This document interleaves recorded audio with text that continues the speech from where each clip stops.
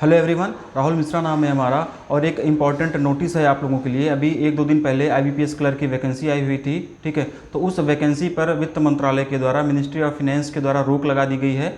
आप लोग आईबीपीएस की वेबसाइट पर जाकर इसे देख सकते हैं। वहाँ पर लिखा हुआ है कि application link is temporarily stopped, ठीक है। ये जो लिंक है, जो आप फॉर्म फिल करने की लिंक थी, जो वैकेंसी थी, इस पर वित्त मंत्रालय के द्वारा रोक लगा दी गई है। और क्यों रोक लगा दी गई, इसके पीछे का क्या लॉजिक है, क्यों मतलब ऐसा किया गया। अभी वैकेंसी निकली ही और तुरंत ही इस पर रोक लगा दी गई। तो आईबीपीएस क्या करता है कि आईबीपीएस के जो क्लर्कल कैडर के एग्ज़ाम होते हैं, ठीक है, या फिर पीओ का जो एग्ज़ाम होता है, ये जो है दो लैंग्वेजेस में होता है, हिंदी और इंग्लिश, ठीक है। हिंदी और इंग्लिश दो लैंग्वेजेज में ये एग्ज़ाम होता है। और मिनिस्ट्री ऑफ फाइनेंस का ऐसा कहना है कि इसमें जो है रीजनल लैंग्वेजेस को भी ऐड किया जाए, ठीक है। मतलब कि हिंदी इंग्लिश के साथ साथ में रीजनल लैंग्वेजेस में भी एग्ज़ाम कंडक्ट कराया जाए। तो इसीलिए क्या हुआ है कि मिनिस्ट्री ऑफ फाइनेंस ने इस पर रोक लगा दी है। और इसके लिए मिनिस्ट्री ऑफ फाइनेंस ने एक कमेटी भी बना दी गई है। मिनिस्ट्री ऑफ फाइनेंस के द्वारा एक कमेटी भी बना दी गई है जो लगातार आईबीपीएस के कांटेक्ट में है और इस मैटर को बहुत ही जल्दी रिजॉल्व कर लेने की संभावना है, ठीक है। और अभी फ़िलहाल के लिए जो है इस पर रोक लगा दी गई है। और ये जो कमेटी बनाई गई है मिनिस्ट्री ऑफ फाइनेंस के द्वारा, 15 दिन के अंदर, ठीक है, अगले 15 दिनों के अंदर ये अपनी रिपोर्ट जो है मिनिस्ट्री ऑफ फाइनेंस को जो है मतलब सबमिट कर देगी। उसके बाद देखो कि चीज़ें क्या डिसाइड होती हैं कि जो एग्ज़ाम होगा वो इंग्लिश और हिंदी में ही होगा या फिर रीजनल लैंग्वेज में भी एग्ज़ाम कंडक्ट कराया जाएगा, ठीक।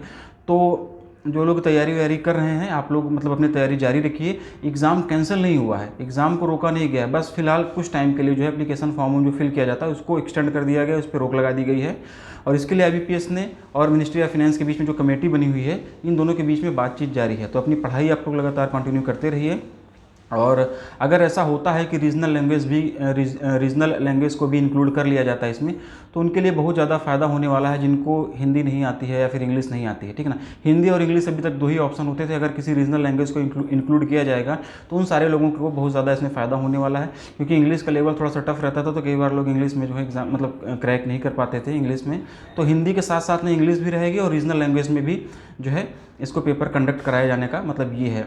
और इसमें ये नहीं होने वाला है कि सब्जेक्ट तो इंग्लिश ही रहेगा, सब्जेक्ट जो रहेगा वो इंग्लिश ही रहेगा, जो मुझे जो लगता है, क्योंकि प्रॉपर मेंशन अभी कुछ है नहीं, सिर्फ रीजनल लैंग्वेजेस की ही बात की गई है। इसमें जो लिखा गया है मिनिस्ट्री ऑफ फाइनेंस की तरफ से, जो आईबीपीएस की वेबसाइट पर है, वहाँ पर सिर्फ इतना लिखा गया है कि रीजनल लैंग्वेज में कंडक्ट कराया जाए, ठीक है ना। तो सब्जेक्ट तो हिंदी और इंग्लिश ही रहेगा। ऐसा नहीं होगा कि जैसे कोई बंगाल का है तो जहाँ पर हमको एक सेक्शन मिलता था लैंग्वेज वाला हिंदी और इंग्लिश, वहाँ पर बंगाली हो जाएगी, वहाँ पर कन्नड़ हो जाएगी, वहाँ पर उड़िया हो जाएगी। ये शायद अभी कंफर्म नहीं है, इसके बारे में कुछ भी नहीं है। पेपर के लैंग्वेज की जो बात हो रही है, ठीक है ना। और 2019 से जो आईबीपीएस है वो आरआरबीज के जो एग्ज़ाम है वो रीजनल लैंग्वेज में कंडक्ट करा भी रहा है। 2019 से आरआरबीज के जो एग्ज़ाम है वो रीजनल लैंग्वेज में कंडक्ट हो ही रहे हैं। तो इसमें मतलब बहुत ज़्यादा कुछ पैनिक होने की ज़रूरत नहीं है। ये जैसे ही इन दोनों के बीच में बातचीत फाइनल हो जाएगी और ये तुरंत इंप्लीमेंट भी कर दिया जाएगा। इसके लिए आईबीपीएस को कुछ अलग से कुछ एक्स्ट्रा मेहनत करने की ज़रूरत नहीं है, क्योंकि आईबीपीएस जो है वो आरआरबी के जो एग्ज़ाम है वो रीजनल लैंग्वेज में कंडक्ट करा रहा है अपना, ठीक है। तो अगर आरआरबीज का हो सकता है तो आईबीपीएस पीओ और क्लर्क का भी एग्ज़ाम जो है वो रीजनल लैंग्वेज में हो सकता है। तो अभी क्लर्क के लिए इस पर रोक लगाई गई है।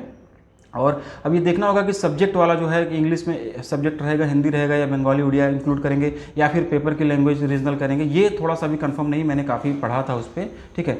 लेकिन फिलहाल अभी के लिए इस पर रोक लगा दी गई है और आने वाले टाइम पर 15 दिनों के अंदर इन सारी चीज़ों को क्लैरिफाई कर दिया जाएगा। तो आप लोग अपनी पढ़ाई बिल्कुल मत रोकिए, पढ़ाई करते रहिए। थोड़ा सा डिले हो सकता है लेकिन वैकेंसीज़ पर रोक नहीं लगाई गई, वैकेंसीज कंप्लीट होंगी, ठीक।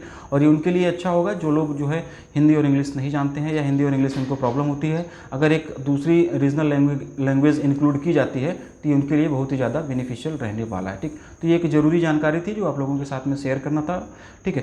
तो ये इन्फॉर्मेशन आप तक होपफुली अब तक पहुंच गई होगी, नहीं पहुंची तो मैं सारी चीज़ें बता रहा हूँ। आप लोग अपनी पढ़ाई लगातार जारी रखिए, पढ़ाई में कोई कमी नहीं होनी चाहिए। एग्ज़ाम जो है वो आपका होगा। All the best.